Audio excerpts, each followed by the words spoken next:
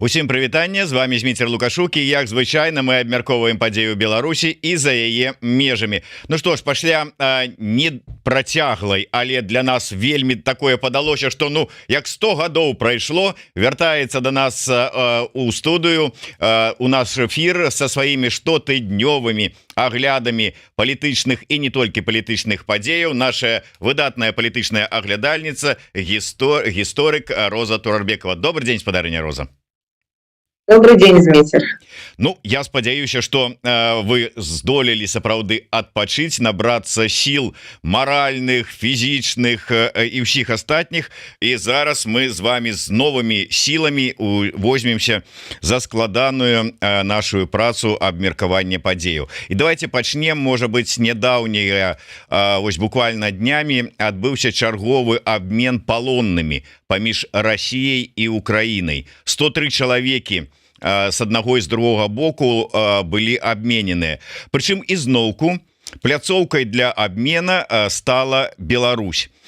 І тыя украінскія салдаты, якіх расійскія акупанты вярталі Украіне у якасці падарунка і ў якасці такой дэманстрацыі, что і вот мы тут таксама спрычыніліся, атрымалі пакуначкі ад беларускага воку, там са сімволікай беларускай. Не ведаю, што там было, але сам факт. Гэта пра што сведчыць? І чаму, вот як вы думаеце, гэтыя абмены адбываюцца менавіта на беларускай тэрыторыі? Раней спакойна яны абменьваліся без выкарыстання тэрыторыі Беларусі. Што змянілася? Якія мэты?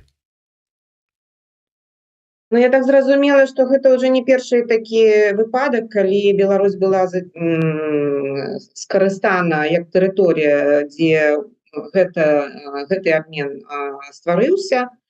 Што адзначае вось гэты падарунок? У нас гук прапаў. Паглядзіце, калі ласка, ці у вас там што-то можа адключылася? І тут у мяне я не чуў. Так, калі ласка, кажуць, што ўсё нармальна ёсць. Я так зразумела, што гэты падарункі, гэта такой сімвалічны нейкі момант. Зараз меня вы чуеце ці не? Кажуць, што ўсё нармальна, ўсё ёсць. Адзінае, што я не чую тут. Зараз мне тут ўсё наладзяць, але у эфіры ўсё чуваць. Зразумела. Вось таму мне як бы так вот я мяркую, што гэтыя сімвалічныя падарункі, яны іх мэта падкрэсліць нейкую місію рэжыма Лукашэнкі у гэтым абмене, такі акцэнт на гуманітарны аспект, на гуманітарную місію рэжыма Лукашэнкі ў гэтым пытанні. Таму я мяркую, што гэта не проста такі выпадак, а гэта як бы зроблена намеренно. Да? То есть это как бы понятный момент такой подчеркнуть. Вось такое мое меркаванне. Зараз вы меня чуеце, Зміцер? Я прошу прабачэння, просто я не чую вас, і таму как бы не магу своечасова рэагаваць. Зараз тут паспрабуюць нешта вырашыць, ці наушнікі я возьму, ці што-небудзь, таму што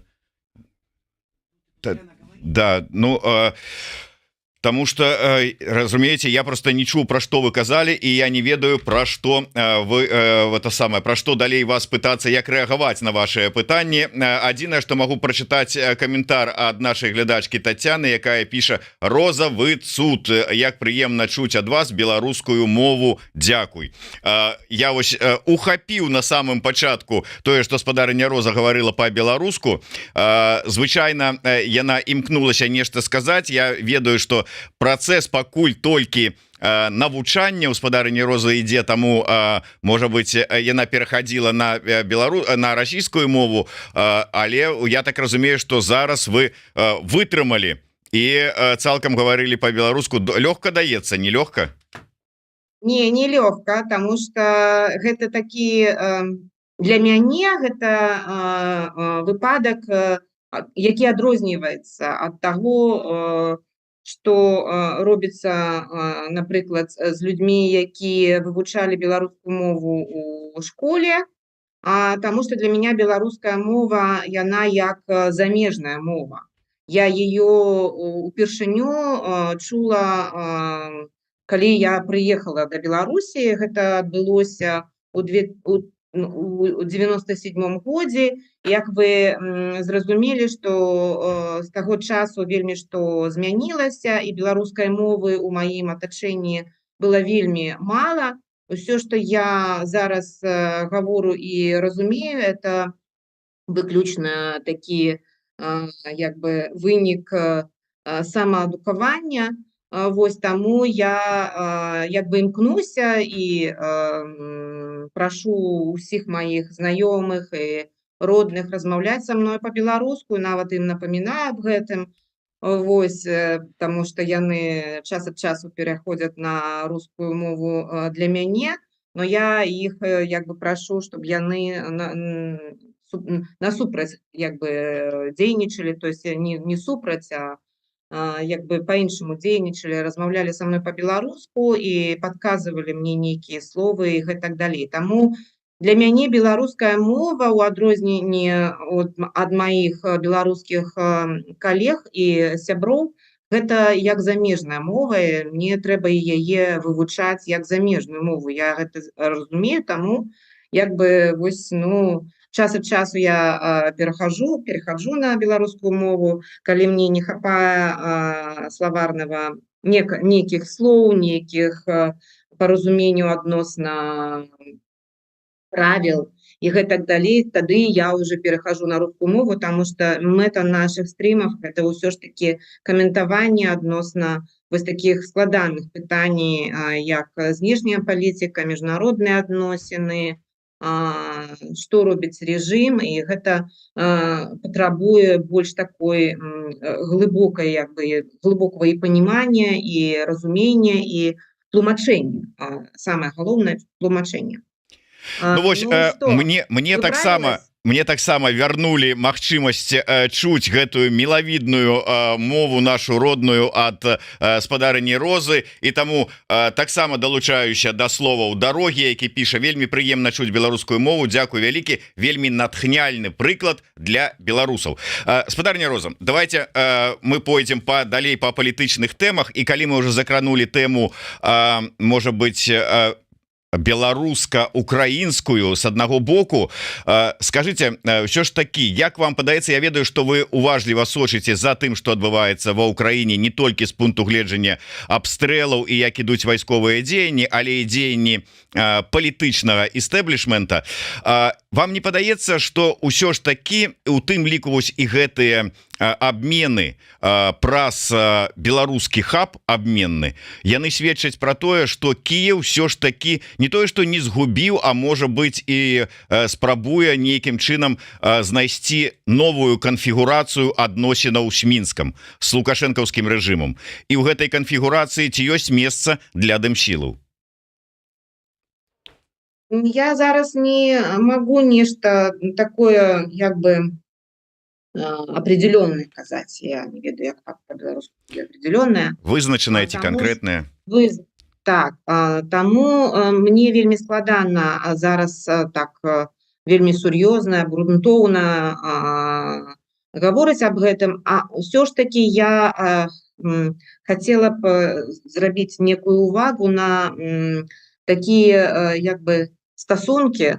Па-першае, нічога не змянілася адносна статуса дыпламатычнай амбасады, я маю на ўвазе украінскай амбасады ў Мінску. У Мінску у тым ліку консульскія справы, яны зараз працуюць, кансулят працуе зараз, і гэта нічога не мяняецца ў гэтым накірунку.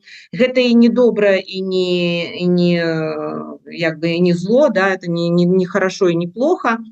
Просто я фиксирую постоянное положение украинского посольства в Минске. Что это значит? это значит, что на самом деле ничего всерьез не меняется. Скорее всего, пока вот эта вот позиция ни мира, ни войны, да, нет разрыва дипломатических отношений, но нет контактов на официальном уровне, они все отмечаются, практически обрушились, нет торговли, приграничного взаимодействия нет, остался только вот этот погранпункт, где осуществляется вот этот переход. Это все как бы в замороженном виде находится, в замороженном состоянии. Поэтому я не вижу никаких, как это сказать, новых факторов, которые бы изменили позицию Киева в отношении Беларуси. Более того, я хочу сказать, что, может быть, частично будет ужесточена позиция Украины по Беларуси. Особенно это касается фундаментальных оснований отношений, я имею в виду договорно-правовой базы. Как известно, новый министр иностранных дел Украины Сибига, он отмечается гораздо более жестким подходом в отношении денонсации договоров с Россией и Белоруссией. Для него это фактически приравненные два субъекта. Поэтому в этом смысле официальная позиция либо остается такая, какая она была, ни мира, ни войны, либо она может немного ужесточиться, но, скорее всего, украинская сторона в текущей ситуации не заинтересована в разрыве дипломатических отношений, потому что, еще раз повторюсь, война переходит в новую стадию, новый этап. Граница между Россией и Украиной нарушается, да, условно нарушается, потому что речь не о нарушении идет, речь идет о переносе военных действий на российскую территорию.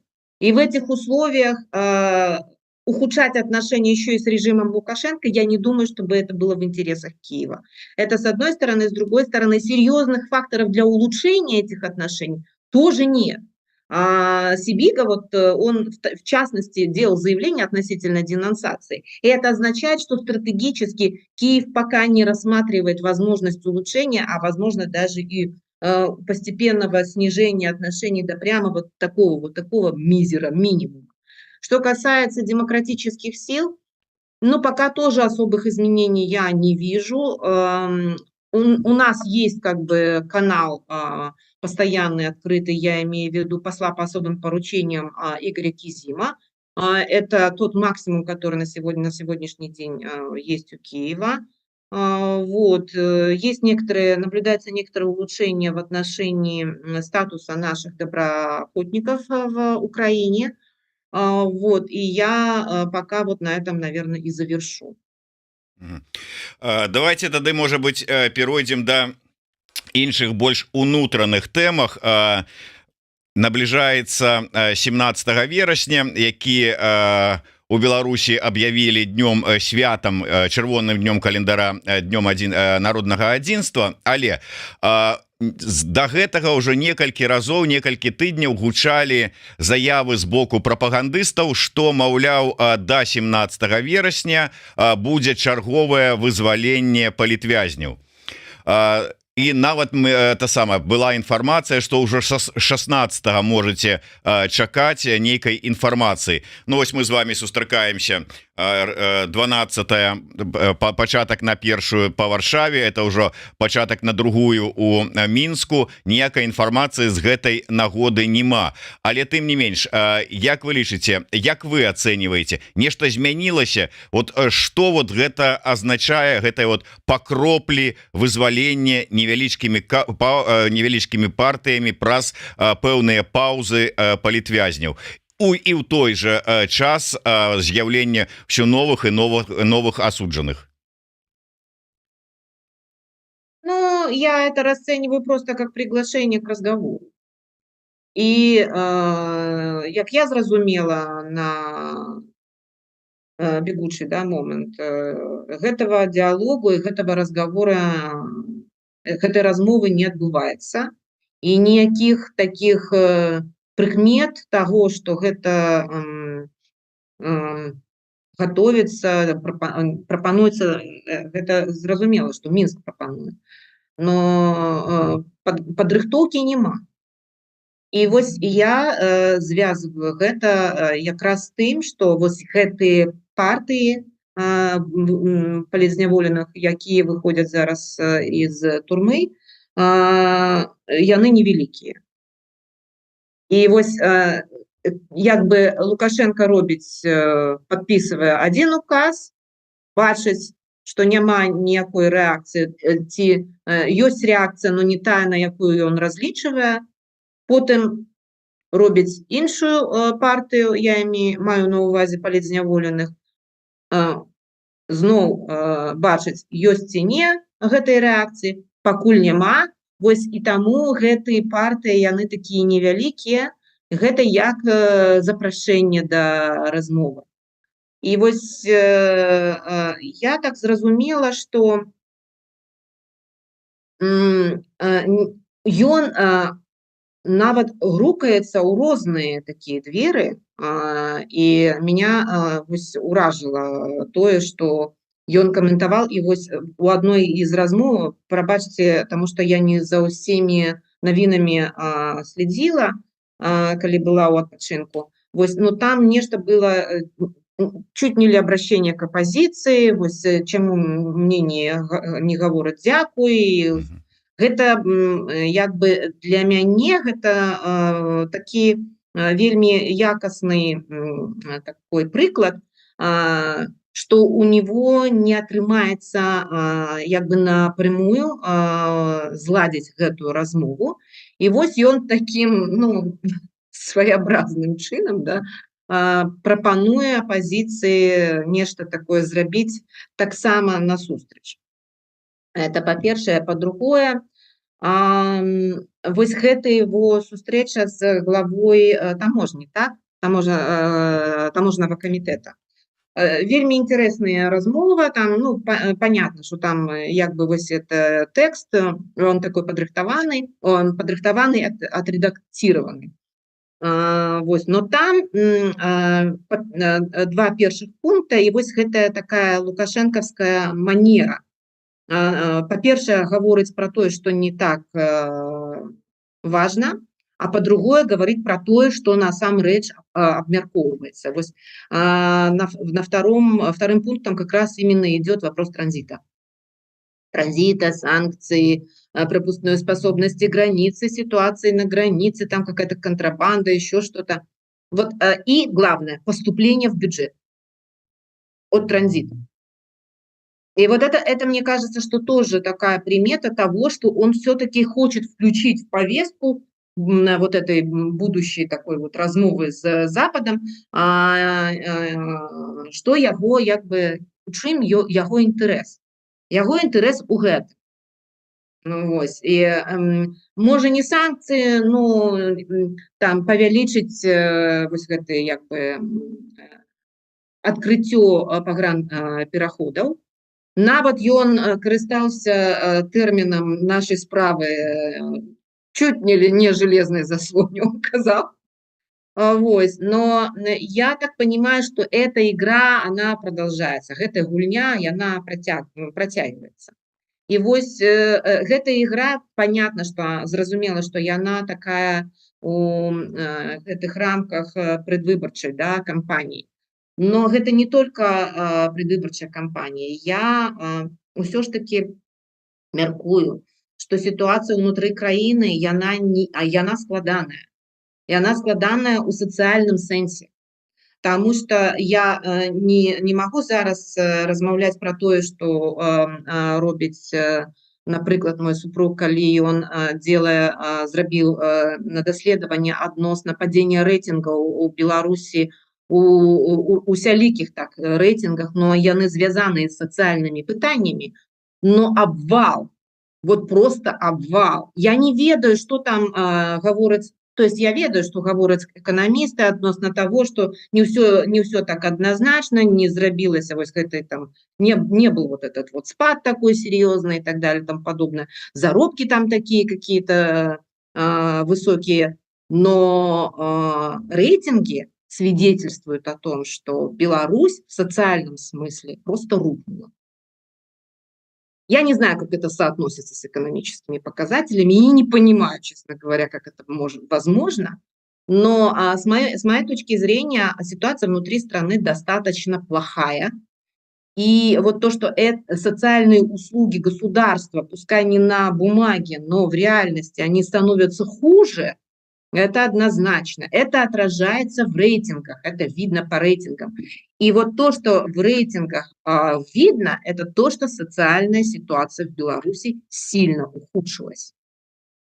И, понимаете, но он же все еще видит себя президентом каким-то там народным, кажется, да, что-то там про новый контракт там социальный и так далее, говорят некоторые эксперты. Не знаю. Не знаю. Мне кажется, что вот, множество факторов, и в том числе те факторы, которые нам с вами пока еще не видны, но они видны уже исходя из, падения, в социальных показателях у Беларуси. То, что диктуется внутренними, да, такими обстоятельствами, это все действует на Лукашенко и заставляя его двигаться. Он же не хочет прослыть человеком, который поддался шантажу, поддался давлению, поэтому такие еще маленькие партии. Ему хочется за это что-то получить. Он же теперь политзаключенными начинает торговать. Это торг. И мне кажется, что это тот момент, когда демократическим силам надо очень крепко подумать, как это использовать. Давайте мы по частках будем есці гэтага слона, тому что тут вельмі шмат розных аспектаў.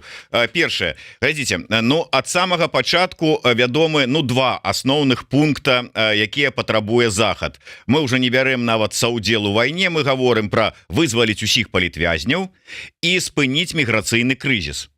Что мы бачым? То есть вызвалення ўсіх палітвязняў няма, ёсць вызваленні маленькімі партыямі і адначасова з'яўленне новых палітвязняў і новых асуджаных. То есть пра што размова ідзе? Это один бок. Другі бок, мяжа. Нібыта ён кажа про тое, что с аднаго боку ён кажа про тое, что мы тут робім што можем, спынілі вот гэта нібыта там, ну как бы спыненне. С другого боку ён кажа: а вы мне плаціце за то, что вот мы тут будем их ловіць, денег дайте. І трэцяе, толькі за гэты год по падліках было звыш 30 тысяч спроб нелегальна перайсці межы з краінамі Еўросаюза з боку Беларусі. За гэтыя выходныя 300 спроб толькі в одну Польшу. Пра што мы кажам? На што ён спадзяецца? За што яму там нешта павінны заплаціць? Вот логіка дзе? Насчет оплаты это такое, ну, как это сказать, это месседж, направленный скорее не западным партнерам, да, а скорее внутрь, да, страны. То есть есть еще и внутренняя аудитория, которой он вроде как обращается, потому что вроде как он же идет на выборы. Вот, поэтому это первое, я сразу это просто отсеку.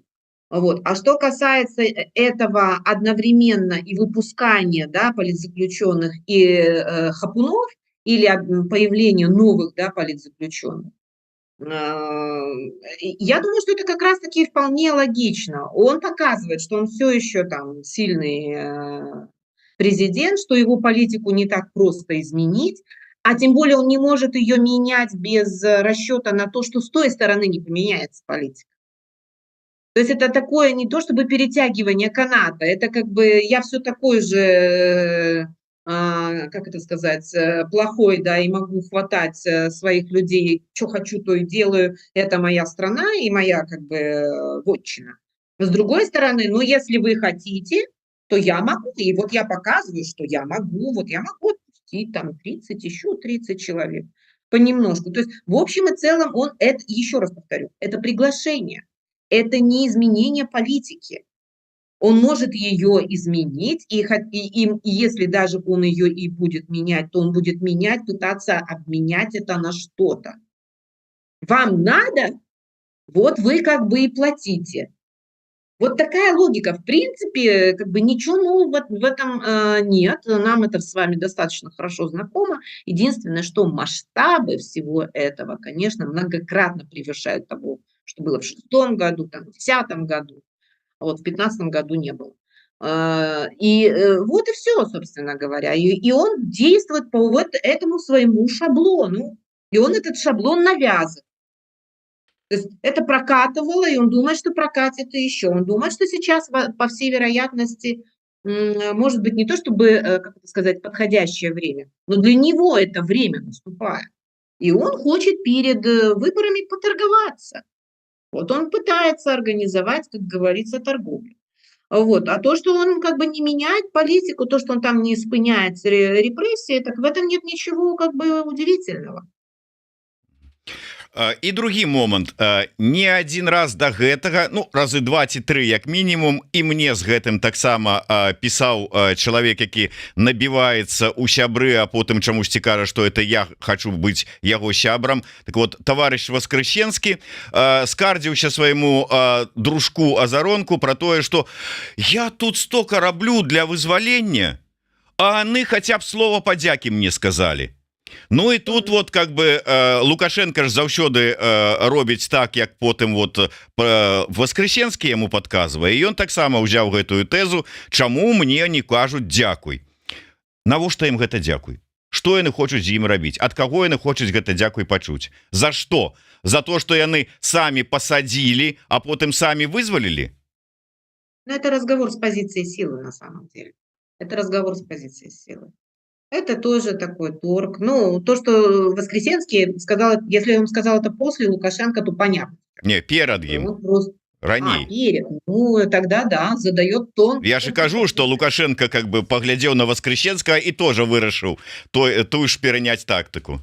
Ну, в общем, да, я вот тут столько делаю, вы меня не приглашаете и не хотите со мной встречаться. Я тут как бы костюмчик одел и парфюмом надушился, в общем, и цветочек купил, а вы все меня не зовете.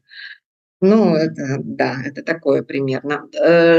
Но интересно, что вот это спасибо, от кого он хочет получить это спасибо? И то, что он стал вовлекать в как бы в этот кейс демократические силы, с моей точки зрения, это тоже такой момент. Во-первых, я думаю, что они прекрасно видят, что в демократических силах есть расхождение подходов, да, к этому. И я думаю, что вот это как бы слово сказанное, это подчеркивание того, что мы видим и ваше расхождение тоже. Вот это первое. Второе, я думаю, что это обращение, оно призвано как бы, может быть, подтолкнуть часть демократических сил или все демократические силы, помочь ему в этом вопросе. Не в смысле спасибо, а в смысле запустить диалог. Вот о чем речь. Другое дело, что с ним очень тяжело, потому что ему доверия нет. Что делать с доверием? Я говорила об этом, сколько раз мы с вами это обсуждали, что доверие – это не прекрасная идеалистичная чушь. Доверие – это серьезная материя в дипломатических делах. Если есть доверие, можно начинать диалог. Если доверия нет, а Лукашенко доверия нет, он его утратил, он не поднимал трубку в 2020 году, так не делается, такое не забывается. Я напомню еще раз. То сейчас, если ты пытаешься набрать номер, там, я не знаю, кого, Шольца или кого там, Макрона, он тоже имеет право не поднять трубку. Не потому, что он злопамятный и обижается, а потому что доверия нет. И уже не говоря о том шоке, который был в 2022 году, когда территория Беларуси была использована для нападения на Украину. Как они могут теперь к этому относиться? Уже не говоря о том, что было перед этим. Все шаги, которые совершал Лукашенко, начиная с августа 2020 года, и чуть раньше, с июля 2020 года, да, когда там стал сразу хапать своих оппонентов, еще до выборов, да, все шаги, они были направлены на разрушение того минимума доверия, который существовал между ним и Западом. Я еще раз напомню, что буквально накануне, там, в конце 19-го, по-моему, года даже приезжали высокие лица из США. Это было буквально за полгода до выборов. И он за это время, я имею в виду с августа 2020 года и по нынешний момент, он сделал все для того, чтобы разрушить доверие. И это та материя, которая не восстанавливается так быстро. А тут вопрос, восстановится ли она вообще когда-нибудь или нет.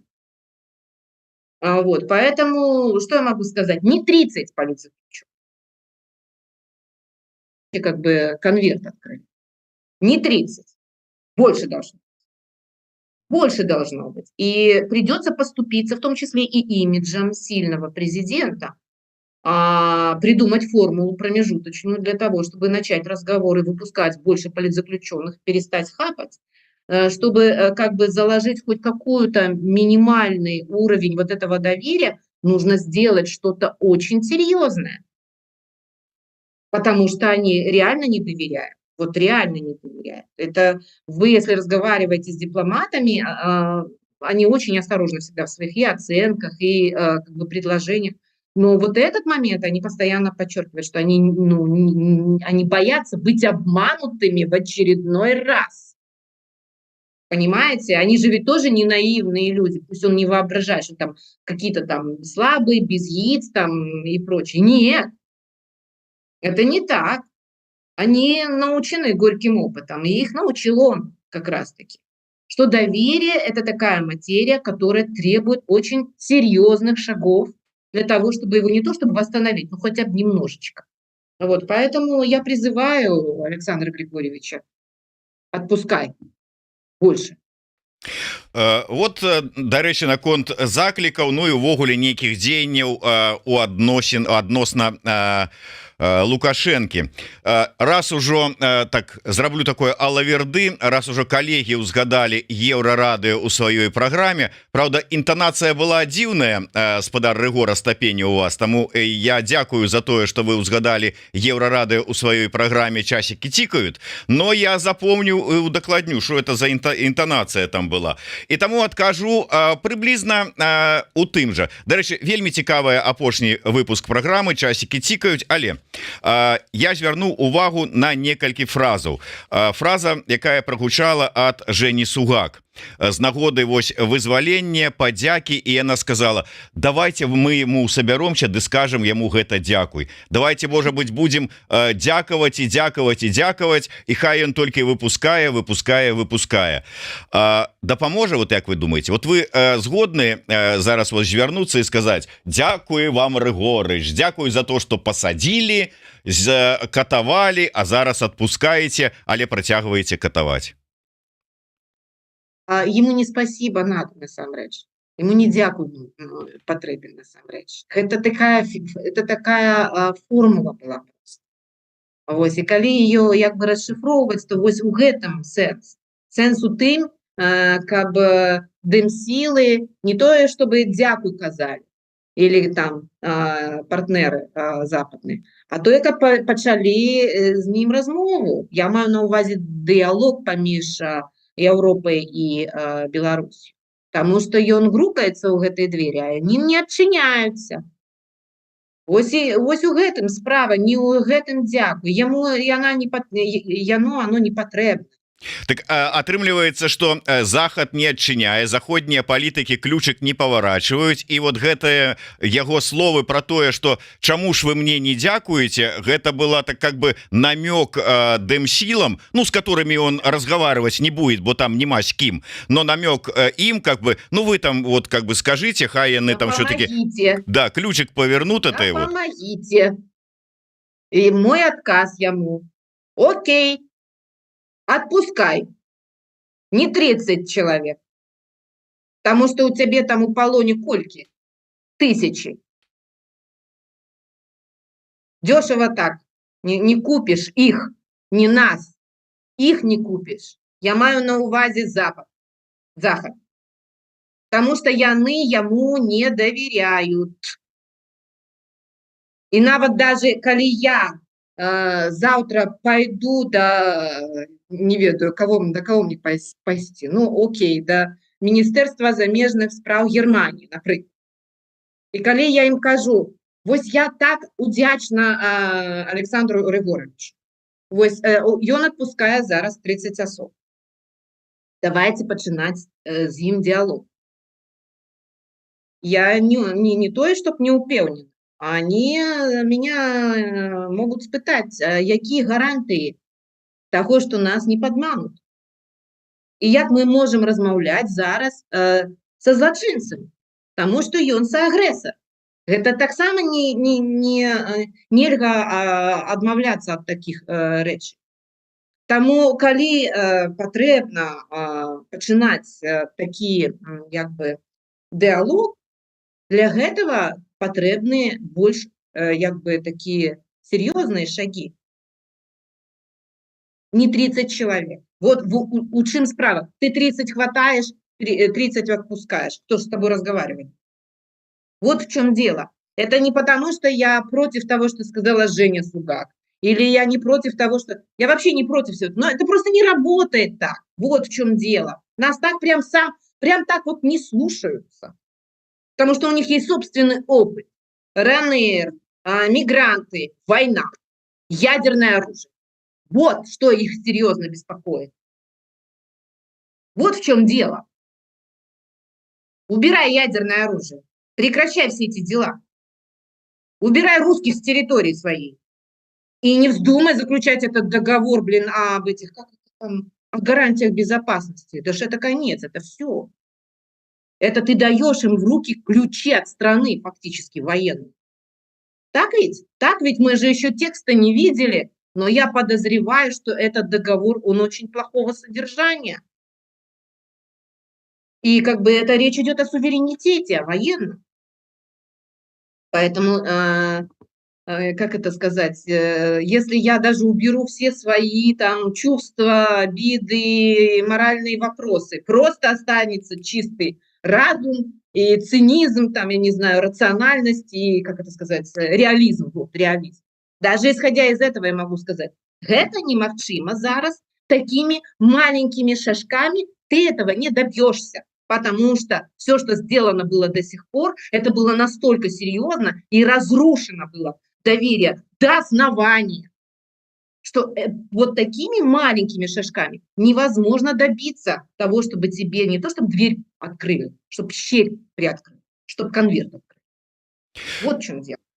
Я працягну. Там яшчэ была одна фраза, якая прагучала ад Рыгора Астапені. Рыгор, можа быть, калі я не так зразумеў, ты мяне прабач, але я улавіў сэнс быў такі, што можна адныя ўспрымаюць дзеянні зараз Лукашэнкі як па вызваленні палітвязняў, як яго слабасць, что вот ён как бы адчувае там пэўную слабасць, там трэба там санкцыі, там нейкія там паступленні ў бюджэты гэтак далей. Другія кажуць, што вот ён адчуў нарэшце сілу, ён з пазіцыі сілы можа сабе дазволіць выступаць. Можна по-рознаму ставіцца да ўсёй гэтай сітуацыі, кажа Астапеня, але гэта у дадзены момант для нас, для дэмсілаў акно магчымасцяў прыадчыняецца, і ім трэба скарыстацца, бо калі не скарыстаемся зараз, яно ізноўку закрыецца на бліжэйшыя там 5 як мінімум гадоў, і ўсё кранты, ўсё профукаем. Вы бачыце гэта акно магчымасцяў? Но я бы не сказала, что это окно возможностей. Я бы сказала так, что возможно, что у нас появляется возможно, у нас появляется возможность. Совсем, да, слабо. Возможно, у нас появляется возможность в эту игру встрять. Возможно. Но надо адекватно оценивать все-таки свои возможности, я бы сказала так. Вот то, что сейчас я говорила, это как раз именно та возможность, которую вижу лично я. Которую вижу лично я. И на уровне Европейского Союза позиция совершенно однозначна. Она не меняется. Они действительно, еще раз повторюсь, они боятся быть обманутыми в очередной раз. Доверия нет. Нету доверия, оно разрушено. Чтобы его восстанавливать, необходимо делать более серьезные шаги навстречу. Они наблюдают, они не слепые, они понимают, они наблюдают. Демократические силы, в чем значение демократических сил на сегодняшний день? Значение демократических сил заключается в том, чтобы максимально отстаивать интересы белорусов. Наши какие интересы на сегодняшний день? Интерес номер один – это политзаключенные. Ну, мое такое скромное мнение. Вот. Там в этом, как это сказать, в этой иерархии приоритетов политзаключенные у Европейского Союза и Соединенных Штатов, они на самом деле не в топе.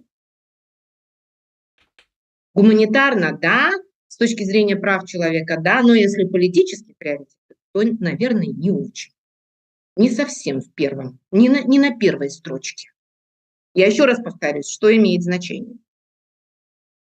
Участие в войне, границы, ядерное оружие. Если речь идет о признании Лукашенко как субъекта международного права, международных отношений, чтобы их в первую очередь интересовало. Вот. Позиция Польши ярко демонстрирует как раз именно вот этот момент.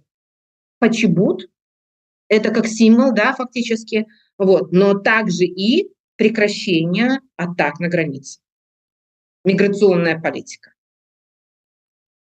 Все. Дальше идет по немножко нисходящей. Единственное, что вот эта история, связанная с обменом, в результате которого ни один белорусский политзаключенный не вышел, в результате вот на сегодняшний день стоит вопрос о том, что в каком сейчас состоянии Мария Колесникова, что ее надо спасать. 45 килограмм при 175. У меня было 45 килограмм. Я знаю, что такое 45 килограмм, но при росте 158. То есть, ну и при ее диагнозе, да, и при тех условиях. А вот только вот этот момент, может быть, подтянул вопрос относительно политзаключенных ближе к верху. Но я не уверена, что через полгода эта ситуация, ну, как бы сохранится в том же. Наша задача демократических сил Беларуси, еще раз повторюсь, это мое мнение, наша задача защита белорусов в первую очередь. На первом месте политзаключенных. У нас они должны быть на первом месте. Ну у нас-то яны на першым месцы, а як вы самі Не сказали, совсем для так. захада далёка не на першым. І мне тут вельмі дзіўна, а чаму расійскія палітвязні для них на высокім узроўні все там значна вышэй, чым беларускія палітвязні? Вот что это за такая дифференция? Ну, потому что с Россией гораздо более интересно вести дела. От нее больше зависит с точки зрения международного порядка, вот, как бы с точки зрения реализма. Вот. Ну и уже не говоря о том, что существуют каналы обмена информацией, каналы, поддерживающие связь между Кремлем и там, Вашингтоном, например. Да. А Путин, несмотря на то, что он преступник, да, признанный Гаагским международным трибуналом, Путин все-таки президент России, и нет другого человека, который бы оспаривал бы его легитимность. Это отличие белорусского кейса. Вот, поэтому насчет демократических сил я хочу сказать следующее. Тут либо давление, понимаете, как мы с вами интерпретируем? Проблема в интерпретации. Как мы с вами интерпретируем, почему сейчас Лукашенко действует таким образом? Имеется в виду, почему он отпускает политзаключенных. Вот те, кто говорят, что это результат санкций, а на самом деле эта логика, она вот как раз-таки приводит к тому, что на первое место выходят санкции, а не политзаключенные. Вот в чем дело. А я не уверена в том, что это и есть результат санкций. А я считаю, что, например, это результат его внутренних изменений, которые он на сегодняшний день он пришел к выводу, что ему надо проводить кампанию, а под кампанию ему нужно обеспечить более стабильное будущее или более стабильные условия проведения кампании. Это не совсем ответ на давление санкций, на санкционное, извините меня, давление. И вот в зависимости от этой интерпретации мы с вами решаем, как действовать. Вот в чем дело. Поэтому, с моей точки зрения, надо подумать. Очень, как это сказать, глубоко. Вот, поэтому я думаю, что насчет того, что это окно возможностей, наверное, это громко сказано, по-моему. Вот. Но то, что эта ситуацию меняет, и что надо в этой связи тоже менять не то что стратегию или... Короче говоря, надо адаптироваться, надо быть не на шаг позади, а на шаг впереди. Вот. И в этом смысле да. Я об этом писала у себя в соцсетях, о том, что ситуация меняется. А наша как бы реакция на эту ситуацию немножко припоздняется.